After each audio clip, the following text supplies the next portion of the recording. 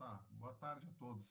A gente vai começar o seminário. Eu conversei já com o Rafael e aí a gente combinou que eu vou introduzir aqui a palestra, só para que eu convidei o Fábio Capabianco.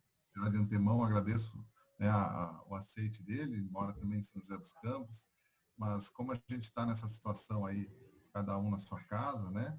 Então, eu fiz um esforço de convidar alguns colegas aí, além dos parceiros daqui de São José, de outras cidades. Então, alguns dias aí, os próximos ou 3 seminários, a gente tem também outros convidados aí que vão dar boas palestras, né? Todos vão dar muito boas palestras. Eu conheci o Fábio no contexto do FIBGRAP, né? O evento de processamento de imagens, né? Um dos mais conhecidos aí, pelo menos no Brasil, nessa linha, né? E entraram em contato com o INPE, eles organizaram o CIBGRAP em 2016, eu acho que era 15, mas era 16, isso mesmo, e eu colaborei lá na organização também, aí eu conheci mais o grupo da Unifesp, né, que eles têm um trabalho importante na área de processamento de imagens, reconhecimento de padrões, deep learning, entre outros, né, e então, agora, como a gente tem esses seminários da computação, eu achei que era uma oportunidade boa, né, de botar esse grupo em contato novamente. E por isso eu entrei em contato aí com alguns colegas, né, e o Fábio gentilmente aceitou dar essa palestra. Todos que se inscreveram na palestra estão entrando, agradeço aí os alunos, tem também alunos e parceiros de outros cursos, só da computação. Já viram, né, o título e também o currículo do Fábio, né, mas eu posso só pontuar algumas coisas aqui, né, o PhD dele na Universidade de Campinas e também passando pela Universidade da Pensilvânia. Esse barulho aí, se vocês estiverem ouvindo, eu só estou deixando aí para ficar atento a novas chegadas, embora o Rafael esteja ajudando também, mas depois eu vou desabilitar e não vai atrapalhar. Que mais aqui, ó, outro ponto, né, ganhou um prêmio da melhor tese no Instituto de Computação da Unicamp em 2010, né, e como eu falei já, ele ajudou, né, foi um dos chairs do CIBGRAP, que é a Conferência de Processamento de Imagens e Computação Gráfica e Padrões, né, que a gente faz no Brasil, foi aqui em São José dos Campos, foi muito boa a conferência, e agora ele é um professor, né, na Unifesp, em São José dos Campos também. E é coordenador do curso, não, já foi coordenador, né? É isso, assumiu a posição de coordenador do curso de Engenharia de Computação de 2018 a 2019. O Fábio, é o seguinte, a gente já conversou, né? Tem o tempo da palestra aí, não sei mais ou menos quanto preparou, 40, 50 minutos, mas se for um pouco menos também, um pouco mais, a gente vai compreender, porque nesse formato online, né, as coisas são um pouco diferentes, a interação é diferente, a gente acaba não vendo as pessoas, né, então a gente pode deixar o chat aí aberto para o pessoal que quiser fazer perguntas, pode colocar no chat, de repente ao final eu posso ler essas perguntas, tá? Daí o Fábio também pode assumir aí depois o controle, se ele preferir outro tipo de interação também, a gente vai compreender aí da melhor forma possível.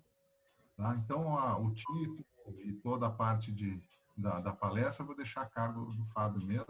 Tá? Então, mais uma vez, obrigado, Fábio. Eu passo a palavra para ti. Qualquer coisa aí, eu estou à disposição aí para dar um suporte. Se cair ou qualquer coisa assim, eu vou ficar esperto aqui para ajudar.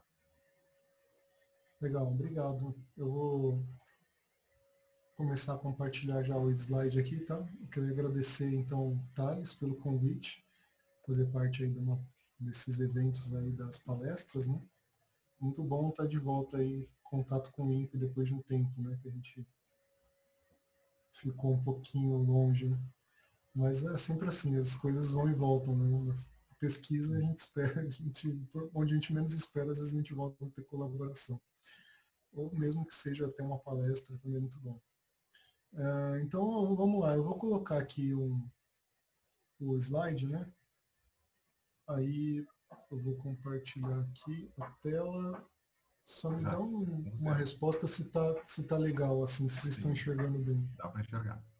Beleza, então tá certo, né? Então, deixa eu voltar aqui, beleza. Antes de eu começar a falar, essa palestra aqui, ela é sobre um artigo, né? São dois artigos, na verdade, de conferência que eu publiquei no ICIP, que é a International Conference on Image Processing. Eu acredito que seja a maior do mundo, né, nessa área de processamento de imagens. E esses dois trabalhos foram muito interessantes, né, que eu publiquei em 2017 e 2019, foram sequências. Aí eu tenho trabalhado nessa área de imagens já desde do meu mestrado, né? No mestrado eu trabalhei bastante com a questão de hardware. Eu implementei um operador de processamento de imagem para FPGA. Aí no doutorado eu comecei a trabalhar com imagens médicas. E daí então eu tenho trabalhado com imagens médicas até hoje. E em 2015 e 2016 eu também trabalhei um pouquinho com imagem de sensoriamento remoto, que é um pouquinho mais próximo acho que do contexto do INPE, né? Eu vou mostrar até uma imagem aqui que eu usei como exemplo para explicar essa pesquisa aqui, tá? E, de novo, né? Prazer estar aí para apresentar para vocês hoje, então, o resultado. O tema que eu vou falar é esse daqui, né? Tem um monte de adjetivos e a gente vai entender por quê, né? É um método de avaliação, é uma métrica, na verdade, que foi proposta para avaliar a segmentação de imagens médicas. Por isso, o que é uma métrica? É uma maneira de você medir se a segmentação está boa ou está ruim. E essa métrica tem as seguintes características: ela é geral, ela é robusta, balanceada, ajustável, coerente e consistente. Aí eu vou explicar o que isso significa durante a palestra. Tá? Aí, antes de começar a falar em si dos resultados, aqui um pouquinho dos grupos que eu tenho trabalhado. Né? Na Unifesp, eu tenho trabalhado mais próximo com o professor Fábio Faria. Né? Não sei se vocês conseguem ver o meu mouse. Deixa eu ver onde está o mouse aqui. Consegue ver o Sim, dá mouse? para ver. Dá para ver. Então, eu tenho trabalhado com o Fábio Faria, né, na Unifesp. Internacionalmente, eu trabalho com o professor Jaime Ide e o Jaron Dupa, que são da Yale e da UPenn. E aqui no Brasil, eu tenho trabalhado bastante com o Paulo Miranda, que é da USP, e o Alexandre Falcão, que é da Unicamp, que foi meu orientador, né, de doutorado. Até hoje eu trabalho com eles. O grupo que eu participo é o GIBIS, grupo de inovação baseado em imagens e sinais, né? Que está o site do grupo, vocês podem dar uma olhadinha lá. Não tem muita coisa no site, ele está bem desatualizado, aliás. A gente não conseguiu mais um bolsista para atualizar, mas a gente pretende voltar. Mas o Cibgrap está nesse site aqui ainda. Oi? Fábio, eu tenho só uma sugestão. Se puder, eu não sei se o microfone aí, ele está um pouco longe, que eu estou no meu volume máximo aqui, eu não estou ouvindo tão bem. Então, se tiver alguma maneira de facilitar isso. Deixa eu ver aqui como é que está a minha configuração. Aqui está bem claro a voz do Fábio, sem problemas. Não, então pode ser local aqui. Fique tranquilo, Fábio. Pode seguir. O seu ficou abaixando de vez em quando você falou. Não, então deixa, acho que está tudo certo. É que às vezes o microfone que eu estou usando não é o microfone certo, deixa eu ver.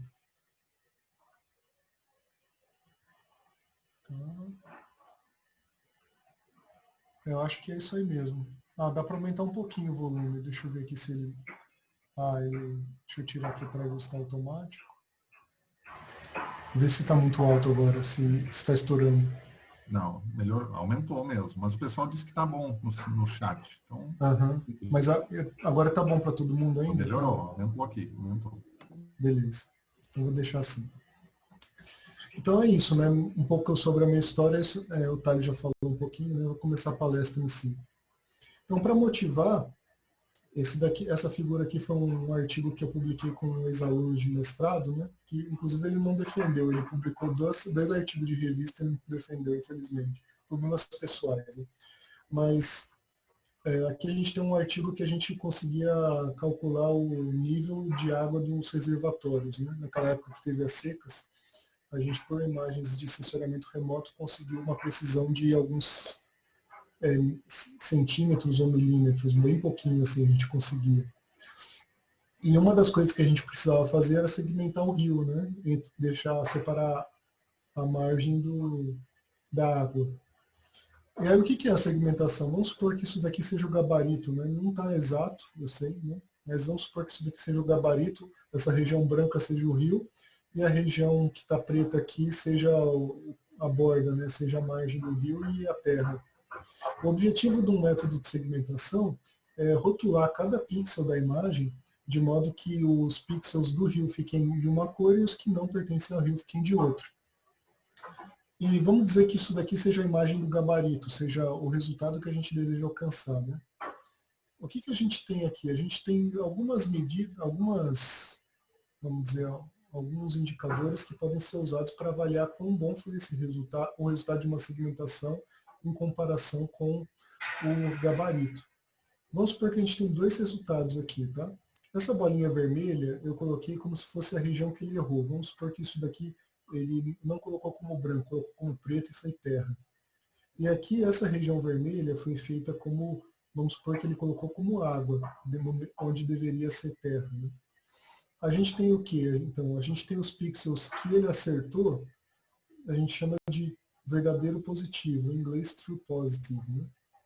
Os que ele errou, os que ele acertou que são de terra, a gente chama de true negative. Positivo em relação à água e negativo em relação à água, né?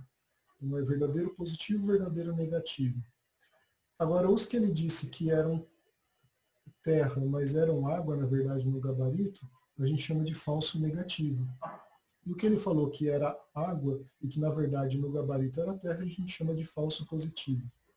Essa daqui é uma medida muito clássica que a gente usa para fazer a avaliação de métodos, né? A gente usa métricas que se baseiam nesses valores. Existem também outras métricas que usam o contorno da região. Por exemplo, seria a bordinha aqui, né, essas duas bordas. Aí, no caso, o gabarito teria essas duas bordas. A segmentação aqui errada, ela teria uma borda que seria mais ou menos assim, né? Ela passaria por fora. E essa daqui, ela teria uma borda que faria essa curvinha de cá. E aí você teria que comparar, então, o gabarito com a imagem segmentada, tá? Aí a pergunta que eu faço aqui é, qual dessas duas segmentações é a melhor, né? Eu deixei essa pergunta provocativa mesmo para a gente ter uma discussão durante a palestra. Porque pensa o seguinte, que essa bolinha vermelha, ela tem o mesmo tamanho, tanto aqui dentro quanto aqui fora do rio. Na opinião de vocês, pensa, não precisa responder, né? Mas pensa agora, qual que seria o melhor resultado? O que ele errou para dentro ou o que ele errou para fora, da mesma quantidade? Obviamente, né, que se fosse de quantidades diferentes, o que errou mais provavelmente seria o pior resultado, né? A gente poderia dizer assim. Mas a gente vai olhar um pouquinho as métricas e vamos olhar um pouquinho, a partir daí, o que eu projetei na minha pesquisa, né? Só um pouco mais de introdução para quem não é da área. Aqui estão algumas métricas que são baseadas em borda, né, aquelas distâncias entre bordas. Você pode pegar simplesmente as bordas e ver qual é a distância de Hausdorff. É a mínima distância, na verdade é a máxima, né? Aqui está tudo min e max. Eu peguei uma referência que deu errado. Mas seria a máxima distância entre as duas bordas. Tá? Ou seja, na verdade para cada ponto da borda, você vai ver qual é o ponto mais próximo da outra, vamos supor, entre a segmentação, né, entre o gabarito e a segmentação. Qual é o ponto mais próximo entre o gabarito e a segmentação? Sobre esse pedaço que está correto, a segmentação, o próprio ponto ele é o ponto mais próximo, né, e a distância é zero. Agora, onde tem os erros aqui, a distância mínima, por exemplo, desse ponto, talvez seja esse daqui. Então, você tem essa distância mínima. Acho que daí que veio o mínimo aqui, né? Mas aí a gente vai pegar o máximo entre as distâncias mínimas. E é essa que vai ser a distância de Hausdorff. Isso daí vai dizer assim, qual que é o pior erro que a gente cometeu nessa segmentação. E esse daqui é a distância do mínimo da média quadrada. O mean square, né? Na verdade, aqui seria uma somatória, né? Desculpa, gente, que eu peguei umas referências erradas aqui. Mas, enfim, tem várias maneiras de fazer essa medida. Essa daqui, por exemplo, que eu coloquei na fórmula, seria semelhante à de cima, só que você pega os quadrados das distâncias. O que acontece quando você pega os quadrados das distâncias é que quando você tem uma distância muito longa, ela é penalizada ao quadrado, e aí você tem um erro maior, tá? Essa aqui é a diferença do quadrado da original. E você também tem medidas baseadas em região, que vai ser o foco daqui, por isso que eu nem prestei tanta atenção aqui, mas a gente vai focar mais nas medidas baseadas em região. Essa daqui é o coeficiente de Dice, ele tem vários nomes, dependendo da área de pesquisa. Ela pode ser chamada como medida F1 também, reconhecida como F1. Tem outros nomes. O que ela é? Ela é 2 vezes o verdadeiro positivo sobre 2 vezes o verdadeiro positivo mais o falso positivo mais o falso negativo. Que seria áreas aqui, né? Quantidades de elementos dessas regiões, que eu coloquei no exemplo. Isso daqui também é igual a 2 vezes a interseção entre o gabarito e a segmentação sobre a interseção mais a união. E esse Jacquard aqui é muito semelhante ao Dice, só que o que ele é? É só o verdadeiro positivo sobre o verdadeiro positivo, mais o falso positivo, mais o falso negativo. Né? Ou seja, a interseção sobre união. Então você pode usar essas medidas aqui, são métricas muito usadas, se você procurar na literatura, muita gente usa isso para avaliar quão bom foi o resultado da segmentação. O interessante é que o pessoal começou a usar isso daqui historicamente, faz muitos anos, né? E pouca gente se perguntou se essas medidas aqui eram interessantes, eram boas mesmo. Né? Outro tipo de medida que a gente encontra na literatura são essas curvas, as curvas do tipo ROC, né? Tem outras desse formato. Essas curvas, elas ainda permitem uma variação de parâmetros do método, e aí você vai medindo, conforme vai variando o parâmetro, se ela acerta mais ou menos. Né? Por exemplo, se é uma linearização, se vocês já conhecem, linearização é o quê? Você achar um valor de intensidade que joga o que está para cima de uma classe e o que está para baixo de outra. Se você for variando o linear, você vai chegar numa curva parecida com essa, que ela vai variando o que você acerta de um lado até o outro. Porque no pior caso, você diz que toda a imagem é rio, naquele exemplo, e no outro que toda a imagem é terra. Aí você teria esses dois extremos. E no meio termo, os lineares intermediários, você teria esses valores. Evidentemente que não precisa ser esse método de segmentação e nem esse tipo de parâmetro. Mas aqui é um exemplo que eu estou mostrando para vocês de uma curva possível. E aí essa curva aqui ela vai dizer mais ou menos quão bem o método foi. Né? Eles usam esses tipos de medidas aqui, né? Também são baseados em verdadeiro positivo, verdadeiro negativo, falso positivo e falso negativo. O verdadeiro negativo só é usado nesse tipo de curva. O Dice e o Jacquard não usam verdadeiro negativo. E por que eles não usam, né? Porque essas medidas de verdadeiro negativo vão depender do tamanho da imagem. E vai depender do contexto que você tirou. Pensa nessa imagem aqui, né? Qual é o tamanho de uma imagem de sensoriamento remoto? Quem já trabalhou nessa área sabe que pode ter milhões de pixels, né? Bilhões. Você pode tirar uma foto de uma imagem com um zoom muito próximo, um zoom distante, você pegar uma região enorme. Então, dependendo do tamanho do seu domínio, o rio vai ficar muito fininho e pequeno, ou grosso e largo. E aí, o que sobra, o que é terra, o que depende do domínio da imagem, é o que a gente chama de verdadeiro negativo. No contexto de imagens médicas, esse problema é mais crítico ainda, porque quando você tira uma ressonância magnética, uma tomografia de uma pessoa, depende do tamanho do corpo da pessoa, você vai ter essa região externa, ou dependendo do órgão de interesse do tecido, você vai ter uma região externa muito maior ou menor. Se o órgão que você quer tirar, por exemplo, você quer pegar, por exemplo, a hipófise, ela é pequenininha, né? Você tira uma ressonância da cabeça, praticamente toda a imagem vai ser negativa, só uma bolinha vai ser positiva. E aí, então, nesses casos, que peso que você vai dar para isso? Muito pequeno. Então, aí por isso que na comunidade médica, essas medidas aqui são ainda mais usadas, porque elas não têm o verdadeiro negativo. Tá? Aqui está um exemplo de uma imagem médica. Nas imagens médicas, eu estou colocando aqui só para exemplificar, a gente normalmente trabalha com imagens 3D. Essas aqui seriam fatias de 3 orientações diferentes. Essa fatia aqui ela se chama axial, que é a fatia vista por cima da cabeça. Essa daqui é a coronal, que você vê de frente. E essa aqui é a sagital, que você vê um corte lateral da cabeça, né? E aqui é um modelo 3D reconstruído desses rótulos. Aí, obviamente, que o 3D é difícil de enxergar dentro, né? A gente não consegue ver. Mas esse exemplo aqui foi do meu doutorado, uma segmentação dos tecidos de substância branca, que está em laranja aqui, substância cinzenta, que está em vermelho, e o fluido cérebro-espinhal, que é o que envolve todo o cérebro, que está em amarelo aqui, um amarelo esverdeado. Bom, aí a partir desse trabalho, foi nesse trabalho aqui que eu comecei a usar essas métricas. Eu já usei o DICE e o Jacquard durante o meu doutorado lá em 2008, 2009, eu comecei a usar eles. E aí me surgiu a pergunta, que eu comecei a comparar os meus métodos de segmentação com outros da literatura. E às vezes eu via que um método parecia estar melhor do que o outro, mas a métrica não estava dando um resultado que, vamos dizer assim, refletisse a realidade.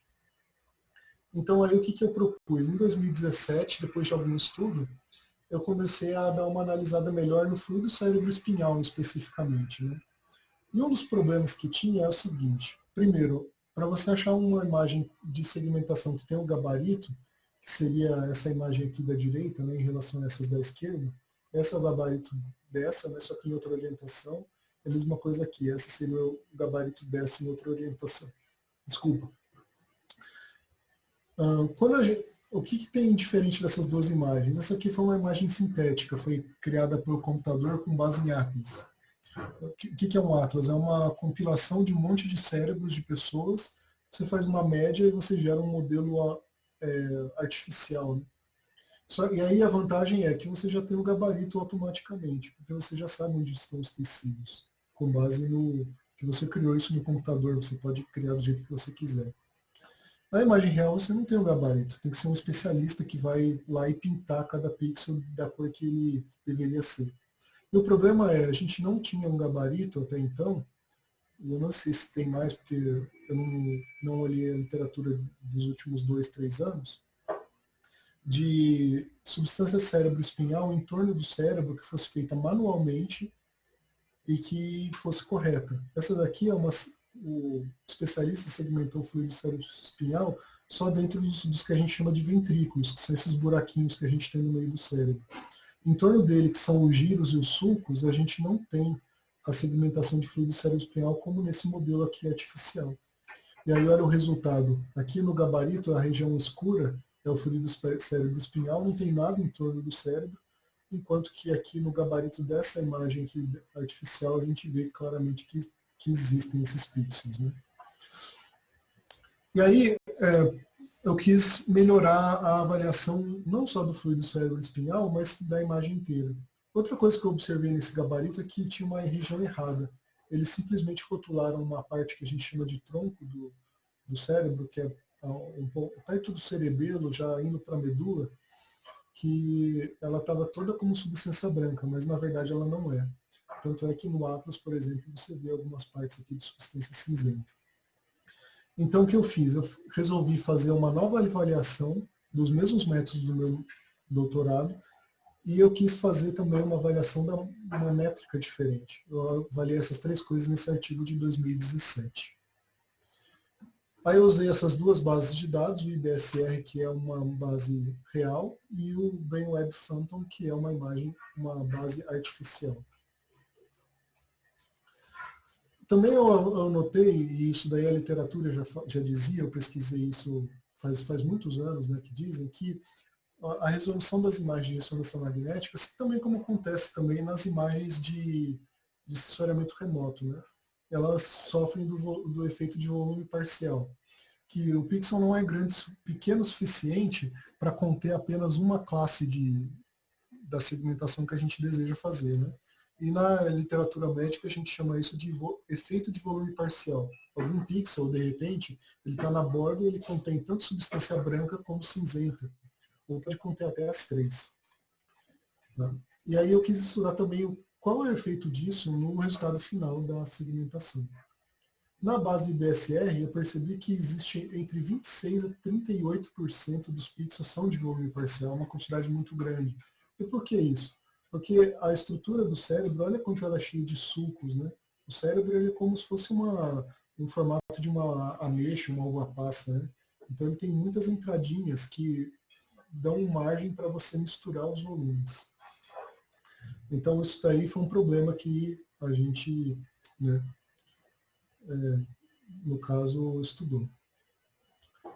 Aí o que eu estava olhando mais, né? Bom, as distâncias de borda não são muito precisas nesse tipo de imagem justamente por causa desse formato irregular. Porque às vezes você tem uma borda que está longe da real onde deveria ser, mas está perto de outro sulco. Então a distância de Hausdorff, ou a distância de mínimos quadrados, ou média dos quadrados, ela não é realista, né? Ela pode dar um resultado bom, só que a ressegmentação está ruim.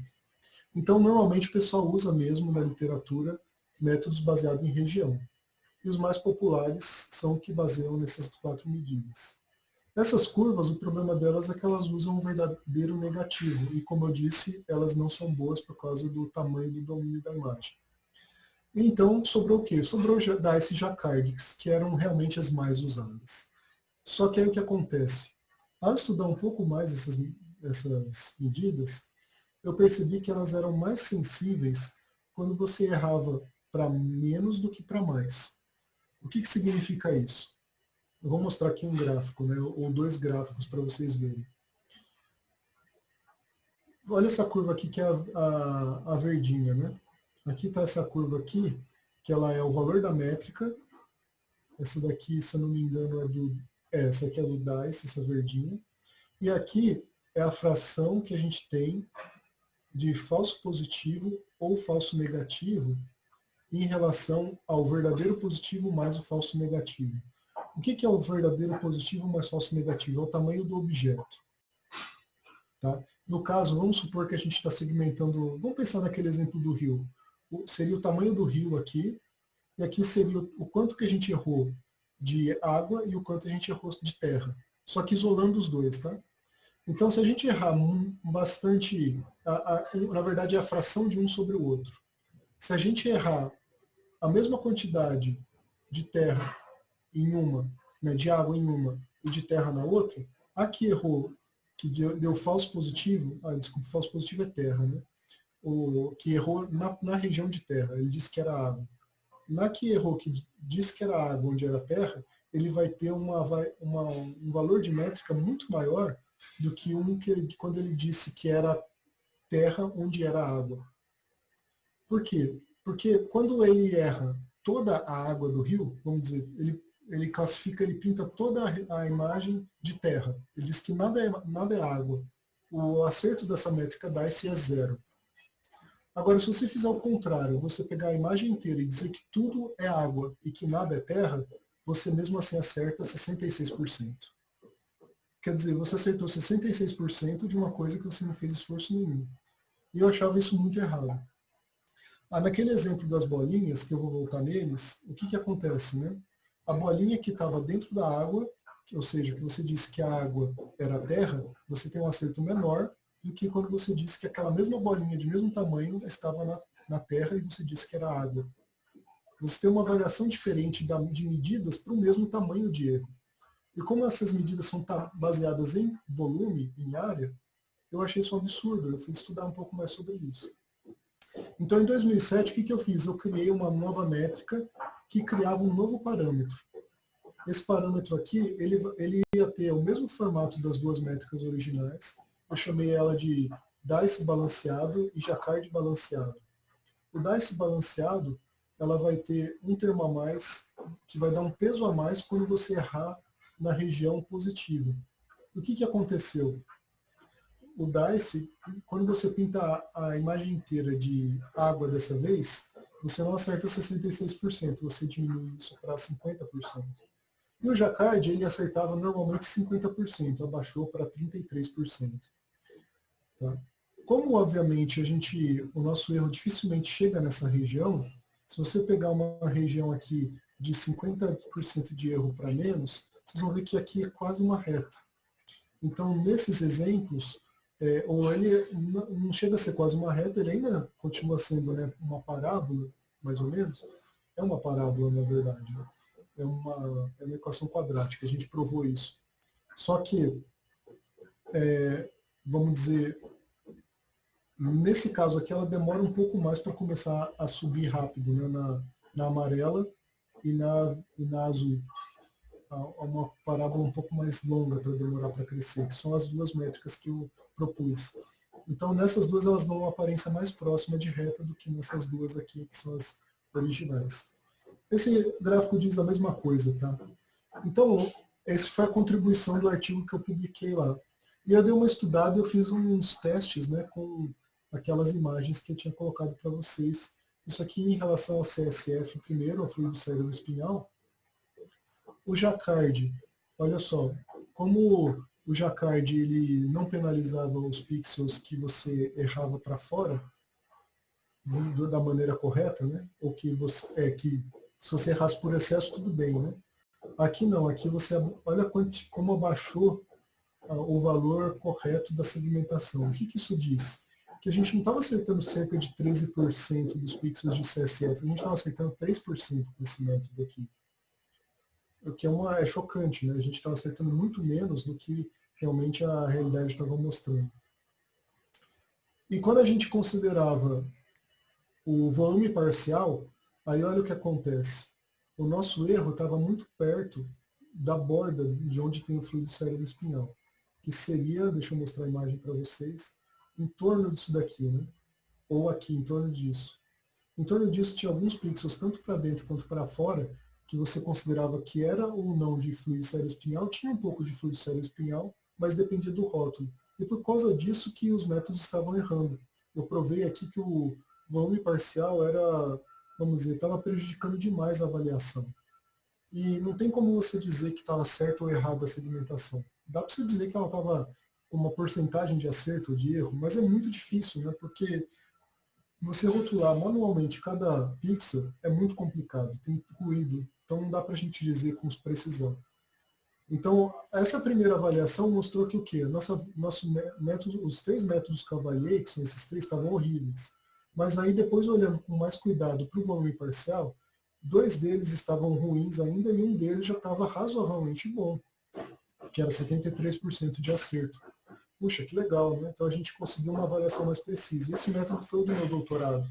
E isso aqui que me encaixou durante o doutorado todo, que eu queria provar para as pessoas da comunidade.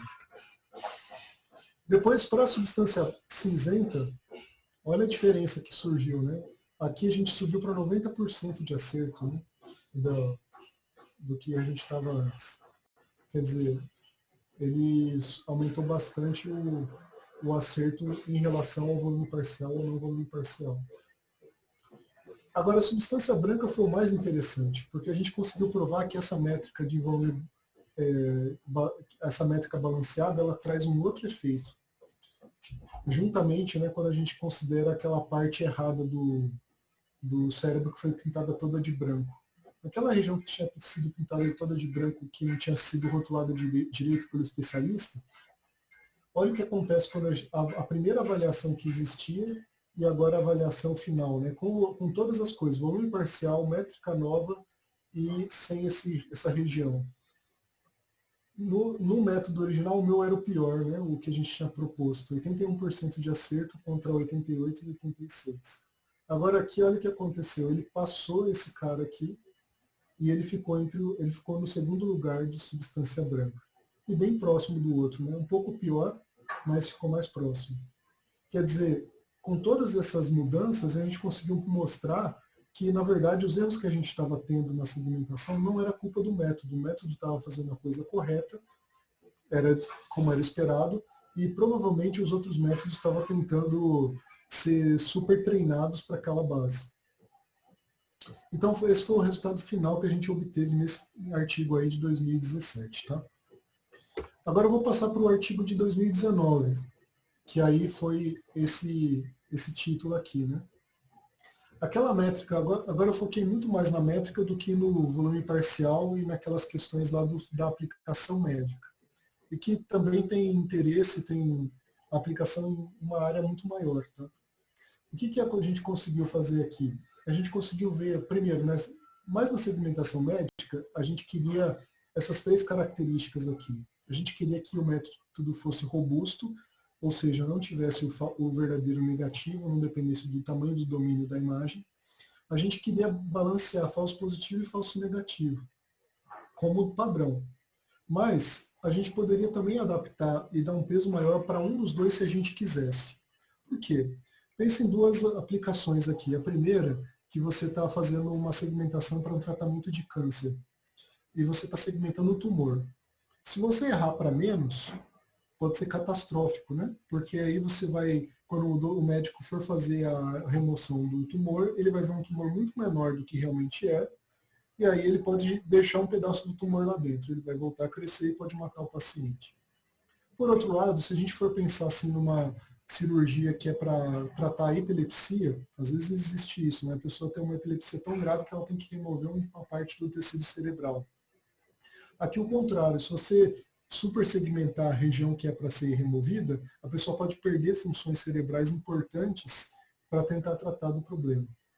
Então a gente pode dar um peso diferente de acordo com a aplicação que a gente tem. Né? Essa que foi o que a gente chamou a atenção. Né? Além disso, a gente queria uma consistência nesses valores. O que significa isso? Enquanto a gente fosse indo de acerto total e fosse começando a errar, a gente queria chegar no erro 0 para quando a gente tivesse a imagem inteira pintada ou de tecido tudo verdadeiro ou tudo falso. A gente não queria mais que existisse nenhum resultado que você pintasse a imagem inteira de um rótulo só e acertasse alguma coisa. Isso tem que ser resultado 0, porque isso aí não teve esforço nenhum. Então essa que é a ideia de tudo isso aqui que eu estou resumindo para vocês. Tá?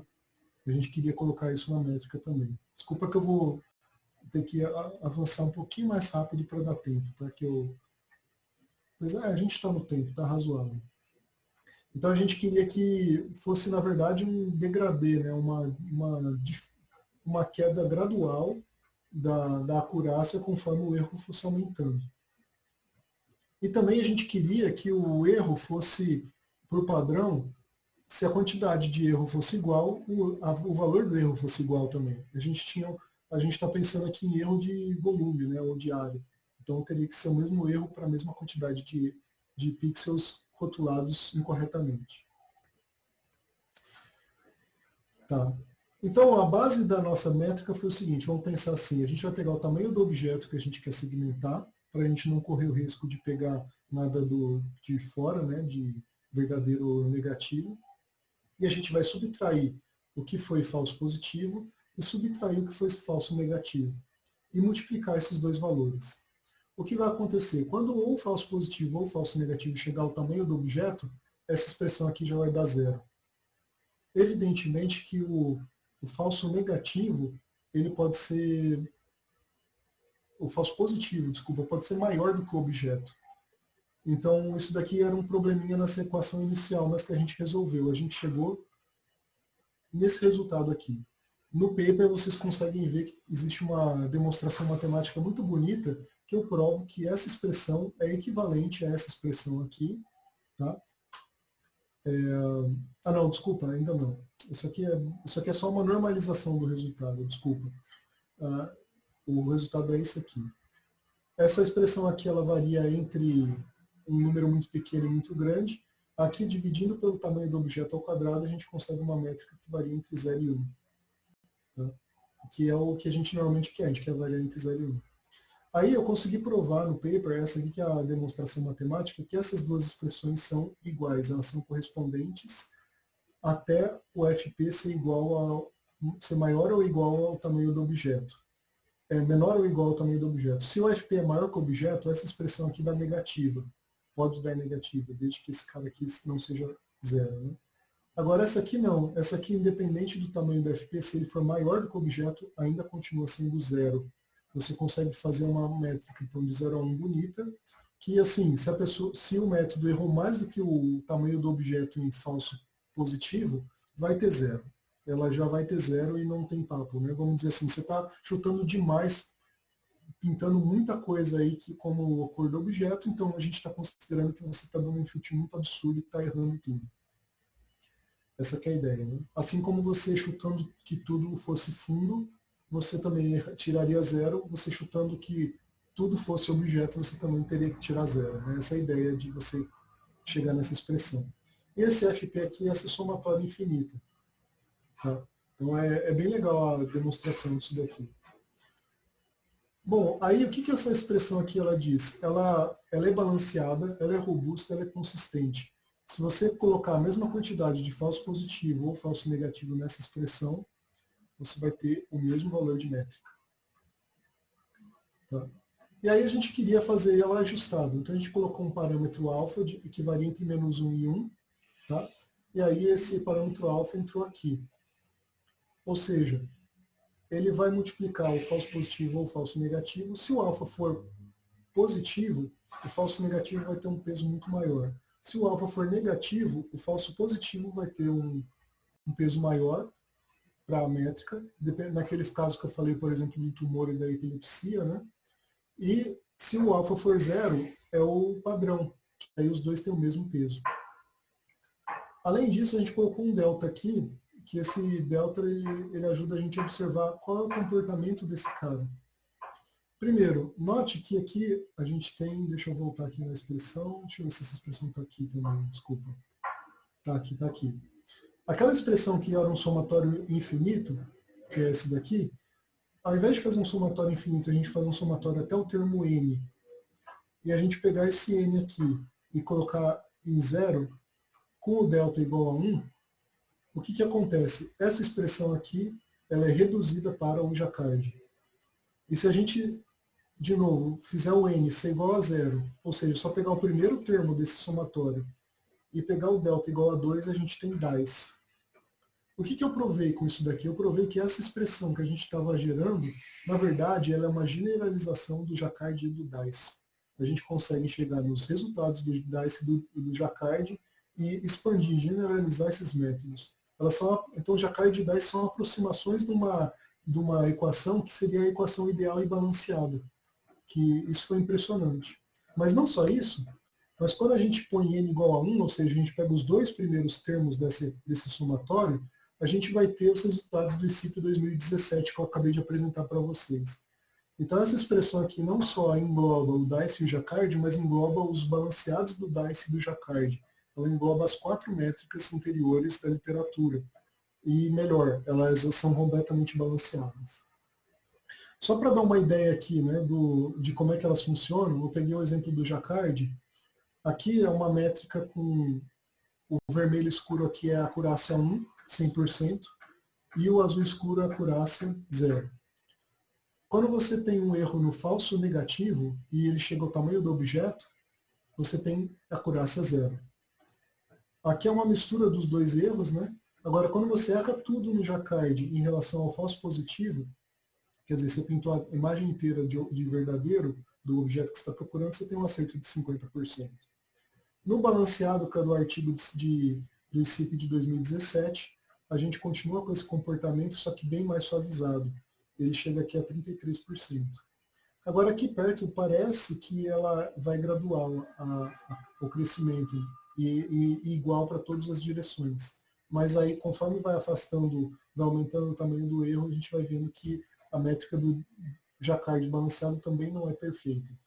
Mas a métrica nova, agora com o delta igual a 1, olha o que acontece. A gente tem 0 de erro para qualquer erro que a gente pinte a imagem inteira de uma coisa só. E não só isso, né? Uma mistura das duas, ela também dá o erro 0. Então a gente, errando bastante, a gente vai chegar em 0, não tem jeito. Aqui a gente vai chegar em 0 mesmo. Tá? E, de novo, não importa em que ângulo que a gente vá na direção, a gente vai errando da mesma maneira. Tá? Então, assim, a quantidade de erro de falso positivo e negativo, se a gente pegar pontos equidistantes dessa diagonal aqui, não importa se é falso positivo ou falso negativo, vai ser o mesmo valor de métrica. E isso que é a consistência da métrica que a gente propôs. Né? Então, aqui, voltando para essa imagem, eu pergunto de novo para vocês, a mesma pergunta. Qual das duas tem o menor erro? qual que seria a imagem melhor para a gente fazer a segmentação? Ou qual que seria o melhor resultado? A resposta depende da aplicação e da métrica que você usar. Mas, para resultados genéricos, a métrica que eu propus lá em 2019 é a melhor. E a gente está propondo isso, inclusive, para fazer aprendizado de máquina, né? Vocês devem provavelmente usar aí também redes profundas. Muita gente usa o DICE balanceado. Já existe um paper na literatura que mostrou que uma medida baseada na nossa dá um resultado melhor do que a deles, né? Então a gente tem aí uma proposta muito interessante que provavelmente vai ser bastante usada ainda no futuro, tá? Bom, é isso aí. Eu acho que eu terminei em 40 minutos. Queria agradecer a todos pela atenção e eu vou... Aqui estão as 3 referências que eu usei, né, dos meus resultados anteriores, tá? Vou abrir a perguntas agora. Eu vou tentar parar aqui a minha apresentação e ver se ele volta para mim. Voltou, dessa vez ele voltou. Voltou. Antes de começar as perguntas, desculpe, Thales, interrompi você. Antes de começar as perguntas, é um lembrete aos alunos da CAP para mandarem aquele aviso no chat de que estão presentes. Quem já mandou não precisa. Olá, Thales, é sua. Tá bom, obrigado. Fábio, muito obrigado pela apresentação. É bem interessante, né? Embora o conceito a gente não está acostumado aí com as imagens médicas, mas eu acho que tem bastante coisa semelhante aí, né, em termos de avaliação da qualidade de um resultado, por exemplo. E isso eu achei bem interessante. A gente tem essa mesma dificuldade aí, às vezes fica na dúvida, né, qual é a métrica que vai utilizar, e às vezes utiliza uma métrica que pode favorecer um outro algoritmo, e com essa mesma inquietação aí que teve lá em 2007. Né? Bom, gente, eu não sei como que vocês querem aí, os participantes, se quiserem fazer alguma pergunta, podem colocar no chat ou podem abrir o microfone e fazer, tá? Então, enquanto isso, enquanto o pessoal se prepara aí, pode ser que também não tenha, né? Pode ficar um pouco acanhado, dependendo do caso, mas não fiquem não, porque está todo mundo, né, no ambiente tranquilo aí. E se quiserem, então, colocar no chat ou abrir o microfone, como eu falei. Eu vou fazer uma pergunta e aí depois, se tiver mais gente aí também, a gente pode passar para frente. Coloquei algumas aqui. Naquele exemplo lá, né, que a gente tem o rio, e aí depois nas imagens médicas também tinha, né, um determinado padrão e o fundo, né? Como que é feito para o caso que a gente tem mais de um tipo de coisas? Aí a gente tem tipo foreground e background, ou a classe de interesse e o fundo, né? Mas em alguns casos, ou em muitos casos, pelo menos em imagens de satélite, em outros casos também, né, a gente tem várias outras classes que estão ali e ocorre, às vezes, confusões entre classes. Como que será que daria para adaptar essa métrica aí nesse sentido, Fábio? Bom, você pode... Tem várias maneiras que o pessoal faz isso, né? Como é que eu já vi publicado em artigos, acho que o mais comum é aquela matriz de confusão que o pessoal usa, né? Entre as classes. Eu já vi também uma maneira de fazer é considerar cada classe separadamente na hora de você avaliar. Aí você considera que todas as outras classes são fundo e uma classe é objeto de cada vez. Aí você vai ter um valor de métrica para cada classe, e depois você pode pegar uma média ponderada para pegar o resultado final. Aí você pode ter um valor final de avaliação, né? Depende do seu contexto, pode ser um valor interessante ou não. Porque se você está interessado mais em alguma classe específica, aí talvez seja interessante você focar nela. Agora, se as classes elas têm os pesos iguais, bom, você pode inclusive ponderar não só pelo tamanho da classe, mas pela importância dela, né? Enfim, você pode colocar essas ponderações, né, como eu propus, né? No artigo, por exemplo, você pode... que eu propus lá aquelas medidas de alfa, você pode colocar um alfa maior para alguma das classes e menor para as outras. E você pode fazer essas comparações. Evidentemente, é só tomar cuidado de documentar, né? Você dizer qual é o alfa que você escolheu e por quê. Né? Isso, para não também como é que é, enviesar o resultado favorável para o artigo, né? Tem razão. Isso. Uhum. E assim, essa métrica aí, né, assim, a minha pergunta é mais a parte prática, né, do dia a dia. Né, quando vocês vão trabalhar com essas imagens, que ela tem um outro tipo de formato do que a gente está acostumado, né, para vocês é mais ou menos o dia a dia, mas existem, essa métrica, por exemplo, que foi publicada aí, vocês colocaram isso de alguma maneira disponível em uma linguagem de programação, um pacote, ou a fórmula a pessoa pode aplicar por si só? Ela não é difícil de implementar, tá? Ela, assim, o somatório infinito, você não precisa fazer ele. Na verdade, você pode colocar aquela expressão que eu coloquei que poderia dar valor negativo, você pode usar ela. Só colocar um if, né? Que se for maior, você põe 0 para o valor. Mas se você está usando num contexto de deep learning, aí você está usando isso como uma métrica do deep learning, aí você precisa pegar uma expressão intermediária que tem no artigo também durante a demonstração matemática, que já dá o valor 0 para valores de FP maior do que o objeto, e aí você consegue colocar, e você tem que colocar um deltazinho para a derivada existir, né? Igual eles fazem no DICE lá, não sei quanto vocês estão familiarizados com isso, bom. Mas aí é possível usar também. A gente tem uma implementação em C++ na biblioteca que está disponível, está lá no site do GBIS, né? Que é a Bial, mas a biblioteca ela está bem dificinho de usar, vou ser sincero, né? Eu comecei a fazer essa biblioteca em C++ e eu me arrependi, vou falar a verdade. Agora eu queria fazer tudo em Python, mudar tudo simplificado. É verdade. Então tem lá a implementação, dá para ver, se quiser olhar pelo menos o código para ter uma base, está lá a implementação da métrica. Sim, sim. Legal. E a outra pergunta prática, bom, vamos ver aí. O Rafael me disse que queria fazer uma pergunta, eu não sei se mais alguém aí. Calma, gente, tem muita gente para perguntar aí. Ninguém está falando nada aqui, eu estou achando que eu estou batendo papo aqui, só eu e o Fábio. Mas alguém quer perguntar alguma coisa? Deixa eu deixar a palavra aberta aí um minutinho, senão eu vou ter mais... Uma curiosidade. O Fábio, você conversou com algum médico sobre as suas métricas e tudo, para verificar a visão do médico? A gente tem contato com bastante médicos lá na Pensilvânia, né? Com tá. o Jay. A gente está trabalhando para expandir esse paper aí numa revista, né? E usar em aplicações médicas reais, né? Entendi. Legal.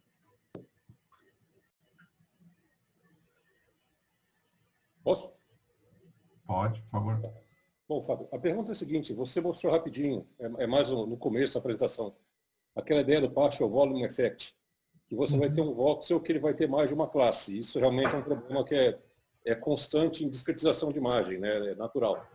Mas a minha pergunta é a seguinte, eu já vi gente trabalhando com modelo de mistura. Quer dizer, você tem um pixel, no caso de imagem de sensor remoto, você tem um pixel que está entre duas classes que seriam resultado de segmentação. Se você tiver um modelo de mistura, você pode falar, olha, esse pixel pode conter tanto de uma, tanto de outra, e tentar fazer segmentação subpixel. Vocês têm alguma coisa parecida com isso para voxel e imagem médica? Você pode fazer para a imagem médica também, mas o grande problema na imagem médica é o gabarito para a gente. É muito difícil fazer um gabarito em pixel. Pensa só, né? O médico é um cara bem ocupado. E ele não ele não trabalha com tecnologia. Aí você põe ele para ficar pintando o pixel em 3D, é muito complicado. Eu já tentei trabalhar com isso no doutorado, com uma médica. Ela tentou me ajudar, muito boa vontade, mas olha, é muito ruim de trabalhar com isso daí, com gabarito. A não ser que seja imagem sintética, aí você consegue fazer alguma coisa, né? Mas aí o pessoal, eu acho que da comunidade médica não tem tanto interesse, talvez como do sensoramento remoto, por conta disso, né? Por uma aplicação real disso. Okay. O que a gente normalmente, o que eu assumi na pesquisa foi que qualquer um dos rótulos seria correto. Qualquer um dos dois seria correto? Na avaliação que eu fiz. Mas como você tem 3 classes, você não deve ter casos assim, por exemplo, você teria mistura de 2 classes só no voxel, né? Na verdade tem muito pouco, mas tem um pouquinho de 3 classes. 3 também. Ok. Muito obrigado. Então, Thales, próxima pergunta. Próxima pergunta. Ó, alguém pelo menos se manifestou ali, deu parabéns pelo trabalho, já estou gostando, já melhorou a interatividade. Então, vamos continuar aqui. Ó. Eu tenho mais 2 perguntas, tá? E se ninguém quiser mais perguntar, depois disso a gente encerra o seminário. Já falei do foreground. Aquele, tu mencionou lá no começo, um dataset chamado IBSR, né? Isso. Qual que é a estrutura? E também da parte prática, né? Eu estou perguntando essas coisas relacionadas com voxel, com dados em 3D, por conta, eu acho que eu te comentei, né? A gente tem trabalhado um pouco com um conceito de cubo de dados, que é, claro, né, bem diferente da médica, mas a médica vai pegando isso em 3 dimensões. Aqui a gente tem várias observações da mesma região ao longo do tempo, então faz um cubo também, né? Mas É o mesmo princípio. o princípio eu acho que é equivalente, mas a gente está começando, né? O sensoramento remoto está começando nessa linha, e aí eu queria entender um pouco como que nas outras áreas o pessoal está trabalhando.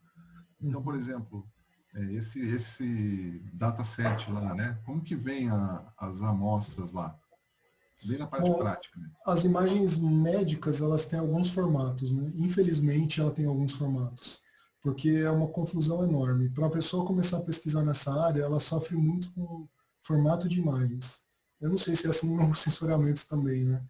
Mas a gente tem um formato aqui que não é nem um formato de imagem, é um protocolo de aquisição e armazenamento e transferência de imagens que se chama DICOM. Esse negócio é um bicho de 7 cabeças que cada um implementa de um jeito e ninguém usa isso na prática, né? A não ser que sejam, os médicos usam porque eles não processam a imagem, não põem a mão na massa, né? Eles só abrem. Mas quem trabalha com as imagens acabam convertendo as imagens para um formato mais amigável que chama NIFT, né? Para imagem de cérebro, pelo menos, que é a que eu mais uso. Mas mesmo eu já trabalhei com imagem de tórax, eu também transformei para esse NIFT, que eu acho mais interessante. Que aí tem um cabeçalho com as informações da imagem e depois tem o dado separado. É um vetorzão 3D, né, da imagem mesmo. Aí você tem que ter informações das dimensões da imagem e também as dimensões do pixel, né, do voxel. No caso de dados de cubo, como você falou, você tem uma informação a menos, que se reflete mais no tempo, né, que seria a terceira dimensão, onde você junta as fatias, né? Na imagem médica não é tempo, é o espaço mesmo. Então você tem uma distância correta. Eu não sei se é uma vantagem ou desvantagem, inclusive na palestra que eu dei na Unifesp eu falei sobre isso, que eu implementei um método de filtragem que ele usa uma dimensão, desculpa, que você não sabe qual é o tamanho dela, você não sabe qual é a proximidade que você deve colocar. Então isso daí para mim era uma variável. No caso de sensoramento remoto é uma variável. Quão próximo deve ser colocado uma fatia da outra? De repente pode ser mais longe ou mais perto, né, para os pixels se influenciarem mais ou menos. Então, assim, de formato de imagem, eu consideraria NIFT, né, que é o NIFTI. Agora, ou Analyze, né, que é o nome antigo dela, Analyze. Analyze com ZY. O YZ, melhor dizendo. DICOM esquece. DICOM para trabalhar é um terror. Ó, tem uma pergunta aqui ó, no chat, eu vou ler só para todo mundo ficar por dentro, né? Parabéns pela apresentação. E depois diz assim, ó, você estava comentando sobre linguagem de programação. Ele perguntou se você costuma trabalhar com Python nessa área de segmentação das imagens e, nesse caso, quais seriam as bibliotecas usadas aí pela comunidade, no caso de Python, né? Então, na verdade, eu não costumo trabalhar ainda. Eu comecei a trabalhar, mas não na minha biblioteca. Eu estou trabalhando só com bibliotecas de terceiros. Aí é a mesma coisa que o pessoal usa para redes profundas, né? Você usa PyTorch, Keras, Café, etc. Né? Você vai usar essas coisas aí. Então, bibliotecas em Python tem milhões delas. Você pode, para qualquer coisa que você quiser, tem coisa pronta, né? Não tem jeito. Tem biblioteca para abrir DICOM, tem a biblioteca para abrir NIFT, tem para tudo isso daí. Está tudo pronto. De cabeça eu não vou dizer, eu não sei dizer, né? Eu não tenho colocado, faz os últimos 3 anos, eu não coloquei tanto a mão na massa mais dos códigos. Os meus alunos têm desenvolvido mais, é por causa do tempo, né, na verdade. Eu gosto de programar, mas eu tive que passar para eles fazerem. O pessoal tem usado o OpenCV com binding para Python, né? O OpenCV é uma das mais conhecidas para imagem, né? Verdade. Mas o OpenCV não tem um padrão para abrir imagem 3D, se não me engano. Você tem que ter um pacote adicional que é do NIFT ou do Daikon. Essa era a minha impressão, né? Que o formato aí deve ter uma biblioteca para converter o formato para um padrão aí, tipo a NumPy, né? Que é aquela bem padrão do Python para números, vetores e arrays. Talvez seja aí. O OpenCV ele lida bem com essa. Ó, deixa eu mais uma pergunta aqui, eu vou ler também. Parabéns pelo seminário. A pergunta se você conhece serviços específicos para fazer anotação de dados, né? Estou entendendo que seja a parte de amostras de referência. E aí, como fazer a classificação de imagens médicas de maneira especializada? Essa seria a anotação dos dados. Infelizmente, a gente não tem na área médica, a gente não tem um padrão para isso não, tá? Aqui que a gente tem, normalmente, no meu grupo que eu trabalhei, a gente desenvolveu várias dessas ferramentas para anotação e passou para a mão dos médicos fazerem para nós. Ou então a gente pegou coisas públicas que o pessoal já tinha feito. Tem alguns softwares que o pessoal usa para anotação de dados, um deles chama FSL, só que ele não faz anotação de pixel a pixel. Né? Às vezes eles fazem coisas automáticas que dão um resultado inicial, e aí depois disso você passa para o médico para ele fazer algumas correções manuais. E esse é o jeito que você tem que fazer. Você não tem como fazer alguma coisa mais automática do que isso, menos automática do que isso, senão não dá certo, entendeu? Enfim, a gente acaba que não tem muita coisa pronta mesmo nesse caso, tá? Entendi, manual, né? Bom, vou dar um minuto aí para se alguém quiser. É semi-automática, na verdade. A gente acaba fazendo semi-automática. Até as de correção também, né? A gente tenta fazer alguma coisinha mais inteligente. Ao clicar, ele tenta corrigir a região em torno e não só o pixel que a pessoa está clicando.